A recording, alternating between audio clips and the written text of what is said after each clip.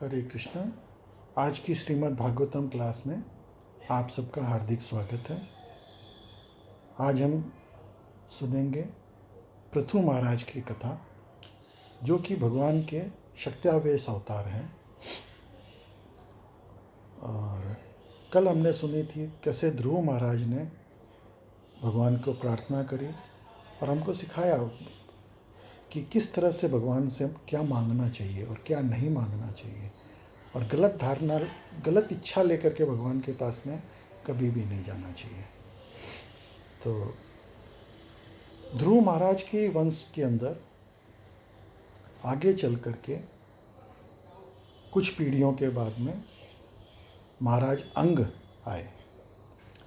तो महाराज अंग जो है वो बहुत अच्छे राजा थे, लेकिन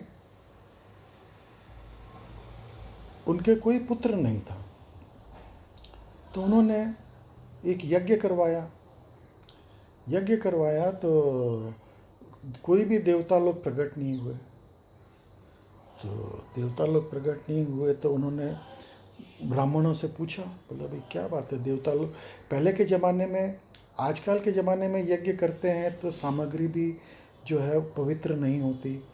जो ब्राह्मण लोग जो मंत्र जाप करते हैं वो भी शुद्ध संस्कृत में नहीं बोलते। अभी ये जो संस्कृत है इसको बोलते हैं देववाणी। जैसे आप अगर फ्रांस जाओगे तो फ्रेंच लोगों से बात करने के लिए आपको फ्रेंच में बात करनी पड़ेगी। अगर आप जापान जाओगे तो आपको जापानीज़ में बात करनी पड़ेगी। तो उसी तरह से देवताओं से बात करने के लिए हमको देववाणी, जो कि संस्कृत है, उसमें शुद्ध संस्कृत में जब हम बात करेंगे तो वो हमसे बात करते हैं। पहले के ज़माने में ये इतने शुद्ध मंत्रों का उच्चारण होता था। हवन सामग्री एकदम प्योर होती थी, एकदम A1 क्वालिटी की। आजकल तो लोग बाग मिलावट वाला सामान लाते हैं। पूजा के नाम पे जब वो बोलते हैं तो पूजा की सुपारी दे दो, आपने खाने के लिए तो बढ़िया वाली सुपारी लाएंगे और पूजा के लिए सबसे सस्ती वाली लेके आएंगे। प्रसाद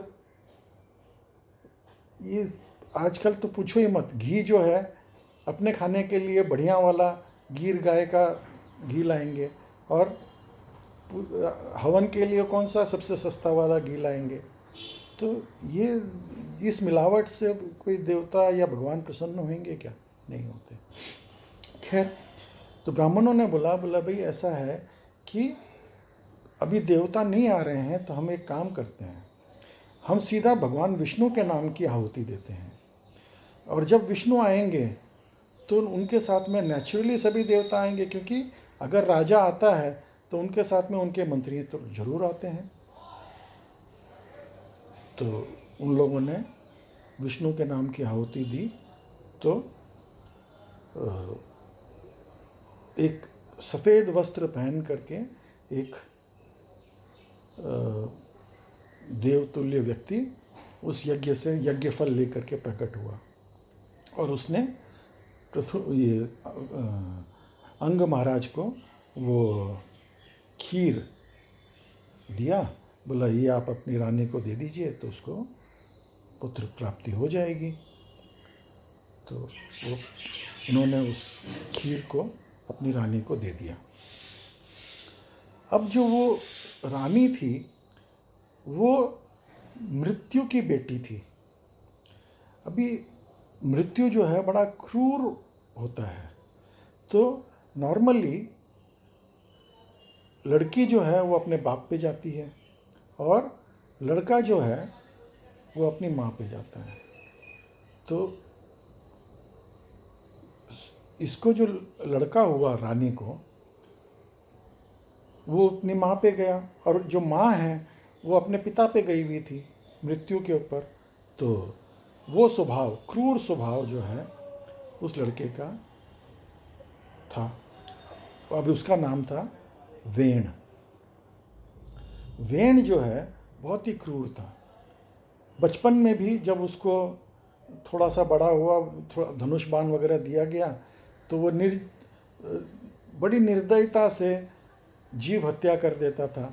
यहाँ तक कि जो छोटे छोटे बालक उसके साथ में खेलते थे उनको भी वो मार डालता था, वध कर देता था उनका। तो बहुत ही क्रूर था। लेकिन जब महाराज अंग की मृत्यु हुई तो लोगों ने सोचा कि भाई अब क्या करें, राज्य तो बिना उत्तराधिकारी के चल नहीं सकता है। तो उन लोगों ने वेण को जो है, ऋषि लोगों ने आपस में सलाह की कि चलो इसको ही बना देते हैं, तो उसको राजा बना दिया।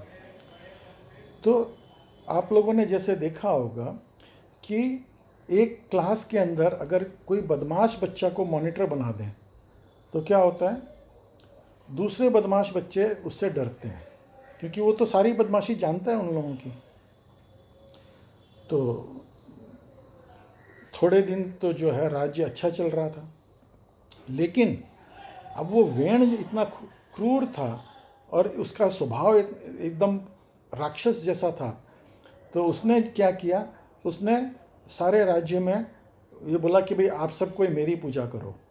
अब उसको पता नहीं ऐसा भ्रम हो गया कि राजा जो होता है वही भगवान होता है और मैं ही भगवान हूँ, मैं भगवान का स्वरूप हूँ, तो लोगों को मेरी पूजा करनी चाहिए, सारे देवी देवताओं का वास मेरे अंदर ही है। तो उसने जो है भगवान का सारे यज्ञ वज्ञ बंद करके बोला कि आप मेरे लिए यज्ञ करो। तो उससे क्या हुआ, उससे धरती जो है वो बिल्कुल ही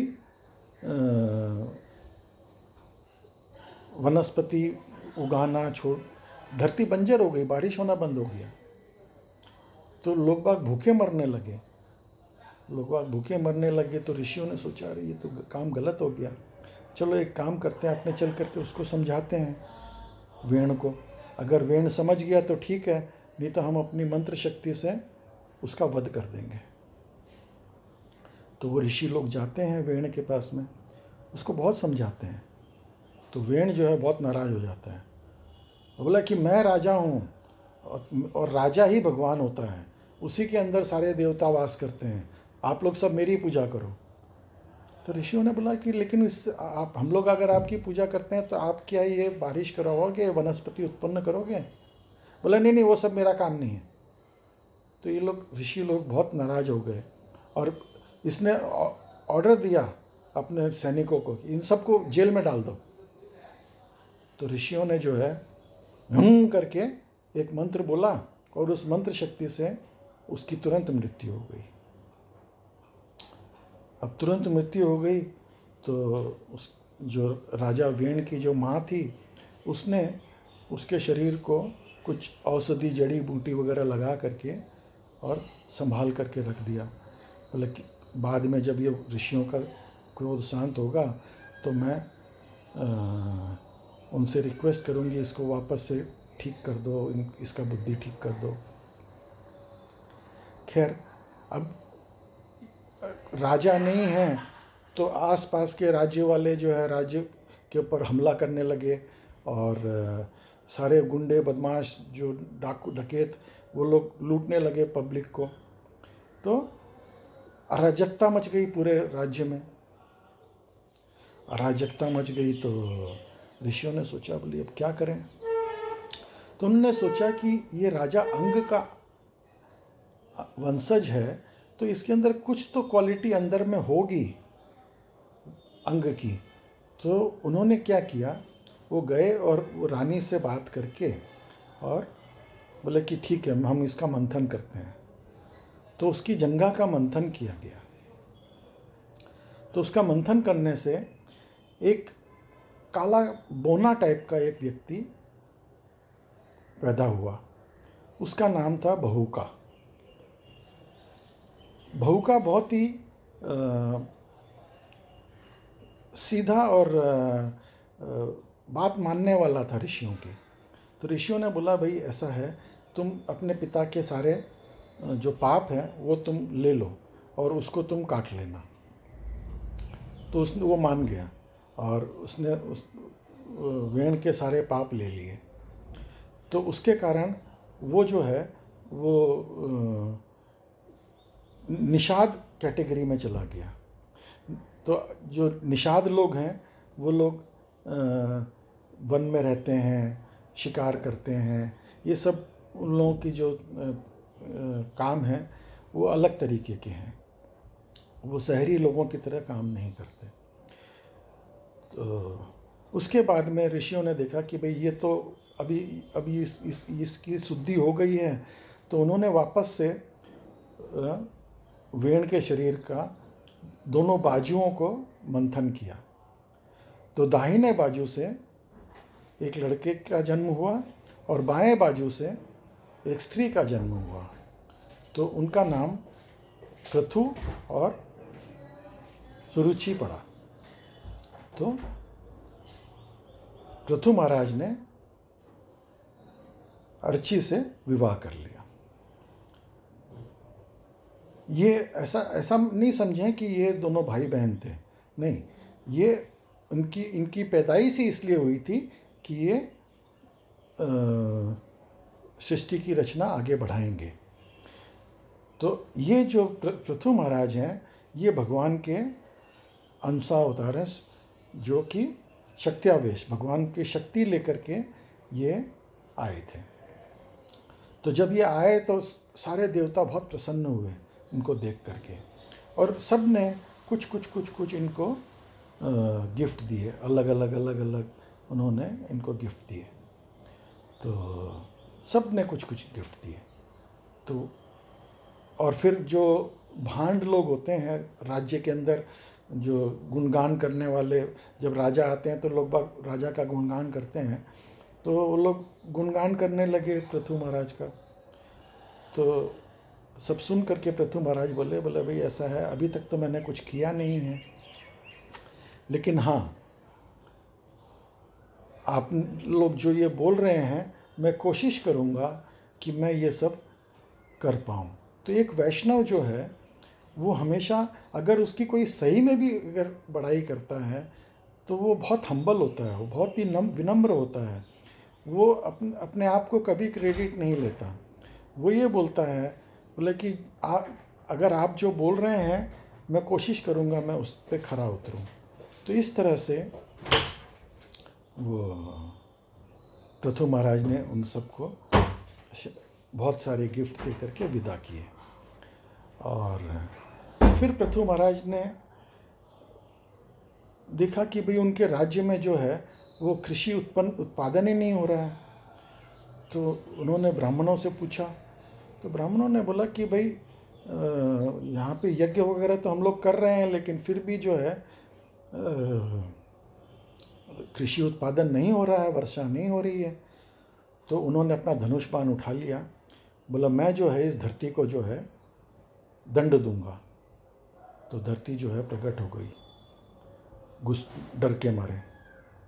तो पृथु महाराज ने बोला भाई ये यज्ञ वगैरह होता है तो उसका भाग तो आप लेते हैं, लेकिन आप जो है बदले में जो नागरिक लोग हैं उनको आप वनस्पति और कृषि का उत्पादन करके नहीं देते, तो ये तो गलत बात है, आपकी गलती है। तो उन्होंने बोला कि भाई जब वेण के समय सब यज्ञ आदि सब बंद हो गए थे, मैं जो भी भोजन कृषि वगैरह उत्पादन करती हूँ वो भगवान के लिए उत्पादन करती हूँ। क्योंकि जब वराह भगवान पृथ्वी को लेके आए थे समुद्र के तल से, तो पृथ्वी की विवाह हो गया था। अभी भगवान की दो पत्नियां हैं, श्रीदेवी और भूदेवी। श्रीदेवी कौन है? रुक्मिणी देवी। और भूदेवी कौन है? सत्यभामा। तो ये भगवान की दो मुख्य पत्नियां हैं। तो बोले कि मैं ये जो उत्पादन करती हूँ ये भगवान के लिए करती हूँ, लेकिन वो भगवान को भोग नहीं लगाते थे, इसलिए मेरा उत्पादन बंद हो गया और वो सारे बीज जो हैं वो मेरे उदर में ही रह गए। अब उसको निकालने के लिए आपको जो है, अब जैसे एक एग्जांपल बताता हूँ कि गाय का दूध अगर हमको दूहना है तो क्या करेंगे? अगर हम बछड़े को गाय के पास ले जाएंगे तो जब बछड़ा दूध पिएगा तो गाय का दूध नीचे उतरेगा, उसके बाद में हम गाय का दोहन कर सकते हैं। तो बोला इसी तरह से जब आप अभी आए हो और आप मेरे में हल चलाओगे मेरे खेतों पे, तो एक सांकेतिक तौर पे, तो आपके हल चलाने से जैसे गाय का दोहन होता है उस तरह से मेरा दोहन हो सकेगा और मैं कृषि उत्पादन करूँगी। तो इस तरह से भूदेवी ने बोला कि भाई आप ऐसा करो। तो उससे जो है उन्होंने बहुत बड़ा यज्ञ का आयोजन किया पृथ्वी महाराज ने, और बहुत अच्छी तरह से उन्होंने हल चलाया और पूरे राज्य में बहुत सुख शांति और समृद्धि बढ़ गई। तो उन्होंने इस तरह से करके अश्वमेघ यज्ञ करना शुरू किए और उन्होंने 99 अश्वमेघ यज्ञ पूर्ण कर लिए। जब वो 100वां यज्ञ कर रहे थे तो जैसे ये देवता सब हैं, ये एक पोस्ट होती है, तो उस पोस्ट के लिए हम कोई काम करते हैं तो उसके लिए हम क्वालिफाई होते हैं। तो जैसे इंद्र जो है वो एक पोस्ट है, उस पोस्ट के लिए अगर कोई 100 अश्वमेघ यज्ञ कर लेता है तो वो इंद्र की कुर्सी पे बैठने के लिए क्वालिफाई हो जाता है। तो इंद्र जो है बहुत डरा, बोला देखो इसने 99 यज्ञ कर लिया, अब ये एक यज्ञ और कर लेगा तो मेरे को कुर्सी खाली करनी पड़ेगी, इसको कुर्सी पे बैठाना पड़ेगा। तो वो यज्ञ का घोड़ा चोरी कर लेता है। तो पृथु महाराज के जो पुत्र हैं वो लोग जाकर के इंद्र से युद्ध करके और घोड़ा छुड़ा करके लाते हैं, लेकिन बार बार कोशिश करके इंद्र फिर से घोड़ा चोरी कर लेता है। तो पृथु महाराज को बहुत गुस्सा आता है। तो पृथु महाराज को एक वरदान था कि वो अंतर ध्यान भी हो सकते थे। तो एक बार जब घोड़ा चोरी किया इंद्र ने, तो पृथु महाराज अंतर ध्यान होकर के वहाँ पहुँच गए जहाँ इंद्र थे और उसको पकड़ लिया और उसको बोले अब मैं तुम्हारा वध कर दूंगा। तो ब्रह्मा जी आए और संग में भगवान विष्णु भी आए कि नहीं नहीं ये देवेंद्र है, अगर आप देवताओं के लिए यज्ञ कर रहे हो और उस यज्ञ के अंदर देवताओं के राजा की अगर आप हत्या कर दोगे तो ये तो ठीक नहीं होगा। तो पृथु महाराज मान गए और भगवान ने बोला भाई मैं आपसे प्रसन्न हूँ, मैं मान लेता हूँ कि आपका 100वां यज्ञ हो गया, आपका 99 से ही मैं मान लेता हूँ, आप रुक जाओ। तो पृथु महाराज रुक जाते हैं। तो वो भगवान को देख कर के बहुत प्रसन्न होते हैं पृथु महाराज और बहुत भगवान का आव भगत करते हैं, उनकी पूजा करते हैं, उनको प्रेयर्स करते हैं, उनको खूब प्रार्थना करते हैं भगवान से। तो भगवान गरुड़ पे बैठ करके आते हैं। तो पृथु महाराज उनको बोलते हैं, बोला प्रभु आप इस भूमि के ऊपर भी कृपया अपने चरण रखो। उसके पहले तक भगवान ने कभी भी अपने चरण भूमि पे नहीं रखे थे, इस धरती पे नहीं रखे थे। तो भगवान ने जब धरती पे अपने चरण छुए तो धरती जो है बहुत प्रसन्न हुई। अब आप सोचो कि भगवान की पत्नी जो है, अगर भगवान उनको छुएं तो कितनी प्रसन्न होती है। तो वो इतनी प्रसन्न हुई और उन्होंने बहुत आशीर्वाद दिया पृथु महाराज को। और उस दिन से धरती का नाम जो है पृथ्वी हो गया। पृथु के ऊपर पृथ्वी, पृथु की माता पृथ्वी। तो तब से इस धरती का नाम पृथ्वी हो गया। तो इस तरह से पृथु महाराज ने कई सालों तक राज्य किया और बहुत अच्छे से राज्य को चलाया। और फिर उसके बाद में उन्होंने अपने उत्तराधिकारी को राज्य दे करके वो वन में चले गए।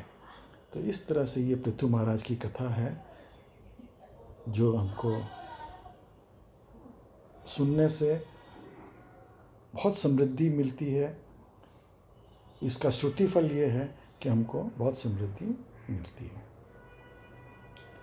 तो आज की श्रीमद् भागवतम क्लास में आप सब सम्मिलित हुए, उसके लिए बहुत बहुत धन्यवाद। हरे कृष्णा।